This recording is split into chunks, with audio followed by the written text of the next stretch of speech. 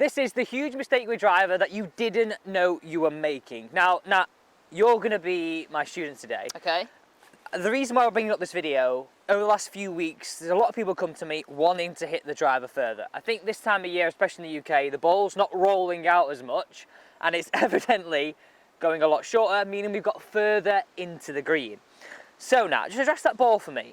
This is what I see is massive for how it goes wrong. If you just swing to the top for me and stop,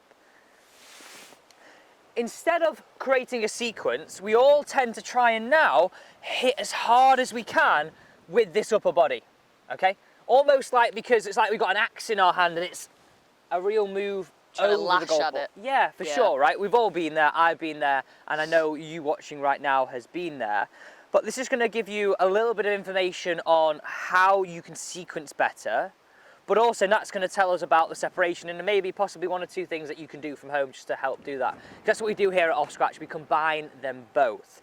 So now, let's talk about the sequence, but let's start with backswing, because I think starting the sequence better gives you a better chance of implementing it better on the way down. Yeah, you've got to get it right on the backswing before we get the downswing correct. So, adjust that ball for me. This is the way I think about this. So, if you look down at your feet, right, I want you to imagine you're going to send the pressure from your left foot to your right shin, your left shin to your right knee, your left knee to your right thigh, your left thigh to your right hip. So it's almost like, now, you're not going to turn up, you're going to spiral up. So it's like I'm winding it up. Exactly that. Okay. That is a great way to think about it.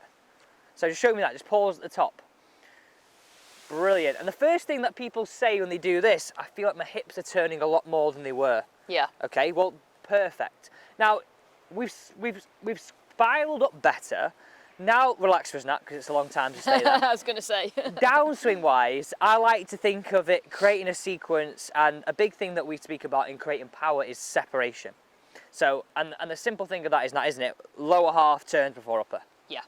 I think for the downswing side of things, the lower body separation is really crucial.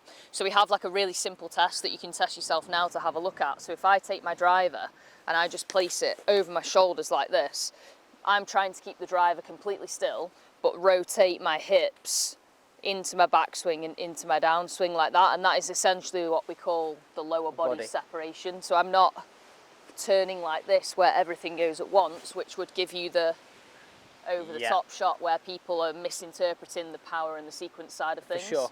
So that is the first thing to do, is to have a look to see if you can do that comfortably. Because if you can't do that, you've pretty much got no chance of doing this next part. Yeah. And I'd actually say I've done that before in the past, and even though that's actually a test, I actually feel it's a great way of improving my flexibility and actually improving my ability to open up.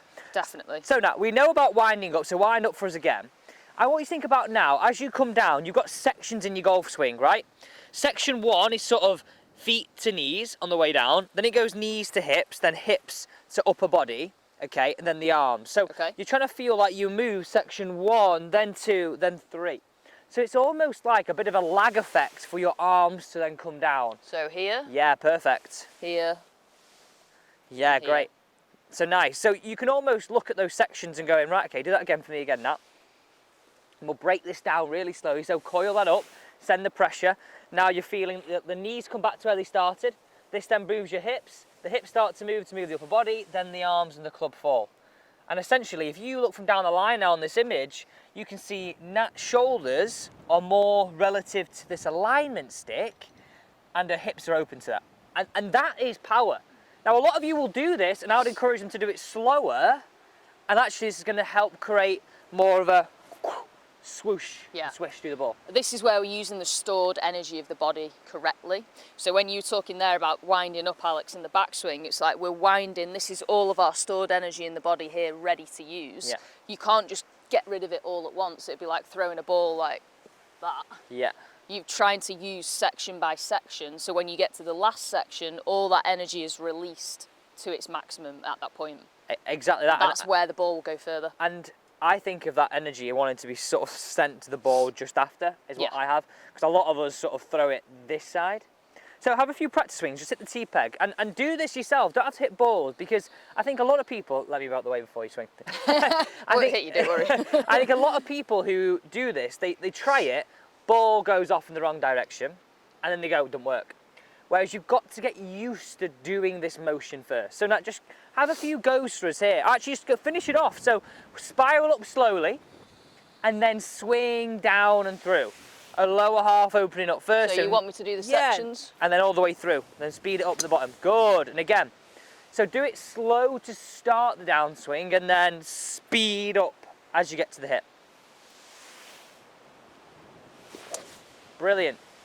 So straight away, you can clearly see, and we slow this down, do one more for us, Nat, that Nat is now moving in more of a sequence as opposed to just a one-piece move.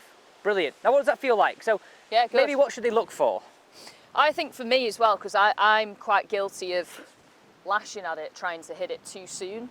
So for me, that feels quite nice. It's almost like, right, I'm here. This little bit here just allows me to have space to then use that speed a little bit better. I like the word space because a lot of us feel... Everyone's, very cramped. We're all sort of, over the top, trying to just put everything into it without giving our body the room to use it. For sure. So use that information, spiral up better, carry on doing those tests. If it's something that you've already done, use it as a way of actually improving that separation, because if you don't get it, simply you won't get any speed. Now don't forget to check out our website. The link to this is just down below. That way you can try any of our major plans for free for 1 week. And this is a great example of what we do here, combining fitness and golf coaching to help you progress quicker.